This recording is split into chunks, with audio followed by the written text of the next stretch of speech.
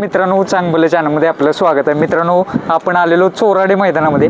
सर्व गर्दी पाहू शकता आणि सर्वांची मनं जिंकले ते या आदत वासरानं. नाव आहे त्याचं महाराज. रणजित पैलवान तडसरचे आहेत. भरपूर प्रसिद्ध बैलगाडी मालक. एकदा आपल्याला तेच नाव पुन्हा एकदा गुलालात पाहायला मिळालं. तर पैलवान, पहिल्यांदा अभिनंदन तुमचं. काय आनंद आहे आजचा?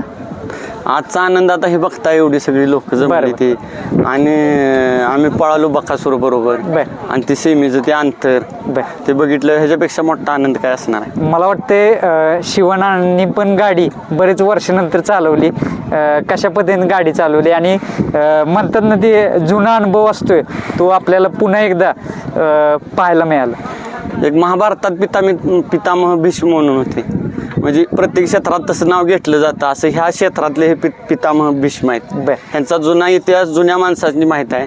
आणि जेवढी 10 वर्षापूर्वीची जेवढी लोक आहेत इथं, त्या सगळ्यांनी एक प्रतीक्षा होती की शिवनाना कधी टांग्यात पाय ठेवतील.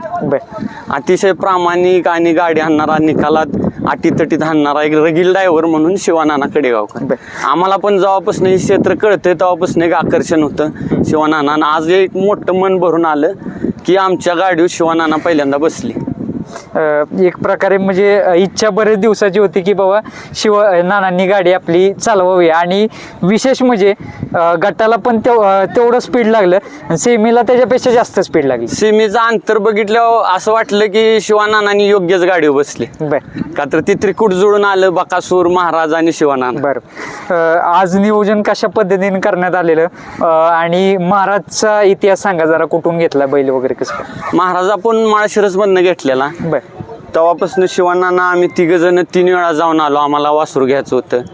3 वेळा जाऊन आलो. 3ऱ्या वेळेला कुंदीकरांनी नानांनी हे वासरू पसंत केलं. आम्ही हे वासरू तिथं छोटं होतं 12-13 महिन्याचं, तेव्हा घेऊन आलो. पहिल्यांदा पळवलं, चांगलं पळाल्यावर नानांनी सांगितलं 6 महिने वासरू काढायचं नाही, तयार करायचं मग काढायचं.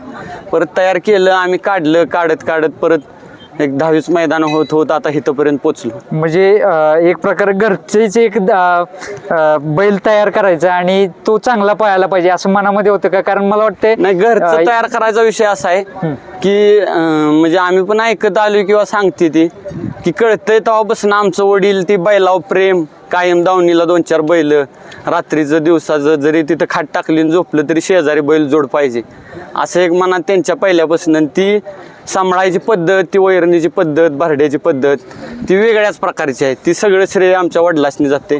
हे माझे वडील आहेत.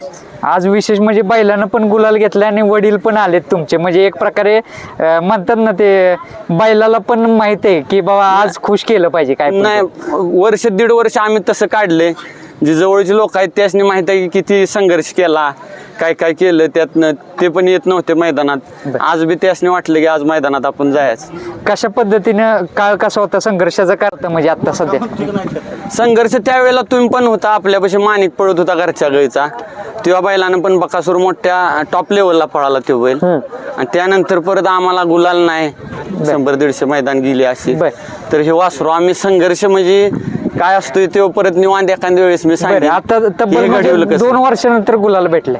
नाही, मग 1-1.5 वर्ष झालं असतील. एक जबरदस्त नियोजन करण्यात आलेलं बकासूर सोबत पाहायला. नियोजन कशा रीतीने करण्यात? नियोजन केलं ती सूर्यकांत पुंदीकरांनी केलं. जे आता गेले ते चिठ्ठ्या काढायला चाललेत म्हणून गेले. त्यांनी हे नियोजन केलेलं त्यांच्या डोक्यानं. त्यासनी पण अलीकडं आता ह्या क्षेत्रात एक तज्ञ माणूस त्यातला असं संबोधलं जाते. त्यांनी हे नियोजन केलं. इच्छा होती का बकासूर सोबत? इच्छा होती. आमचा संबंध आहे ते बकासूर मालिक मोहिल ही मामांच्या बर सगळ्यांच्या बर. त्यांनी एका शब्दावर सांगितल्यानंतर बैल दिला लगेच. आज एक गुलाल घेतला आणि स्वप्न पूर्ण झालं वासरानं. स्वप्न म्हणजे ह्याच्याकडनं अजून बरंच स्वप्न पूर्ण करायचं आहे. 2 महिन्यापूर्वी मी स्टेटस टाकलेला, पोस्ट टाकलेली की नादाचा शेवट करायची वस्तू मिळाल्या म्हणून. मित्रांनो, हेच म्हणतात बैलगाडी मालकाचं बैलावरती असलेलं प्रेम.